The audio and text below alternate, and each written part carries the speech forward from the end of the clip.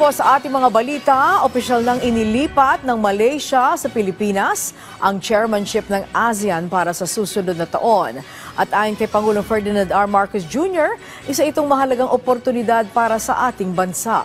Si Rod Lagusad sa sentro ng balita. Navigating our future together. Yan ang tema ng ASEAN Summit sa susunod na taon kung saan ang Pilipinas na ang host. Ito'y matapos opisyal nang tanggapin ni Pangulong Ferdinand R. Marcos Jr. ang ASEAN chairship mula sa Malaysia sa susunod na taon.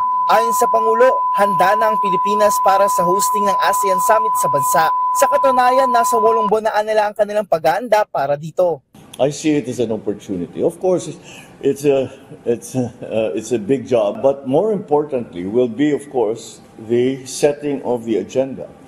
And that is the most important opportunity that's given us. That's the biggest chance, that's the biggest privilege that's being given by any chairship of a group such as ASEAN.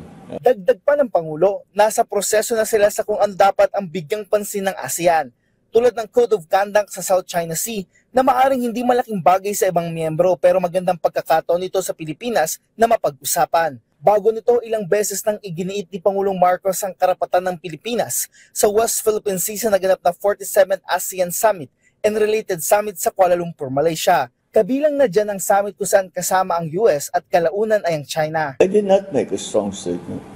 I just laid out the facts. And that is what we do. I try always to just explain to everyone what is happening, and that this is the situation in the Philippines. Iimbita naman ni Pangulong Marcos si Chinese President Xi Jinping sa Pilipinas. But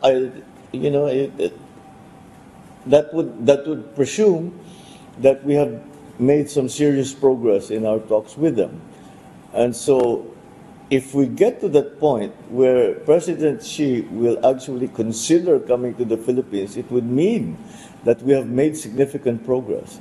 And that would be a great thing. That would be just a great thing. Ayon sa Pangulo, patuloy siya sa paghanap ng paraan pagdating sa ugnayan ng Pilipinas at China. Lalo't bukod sa isyu ng teritoryo, may iba pang anyang maaaring mapag-usapan tulad sa sektor ng kalakalan. Rod Lagusad, para sa Pambansang TV, sa Bagong Pilipinas.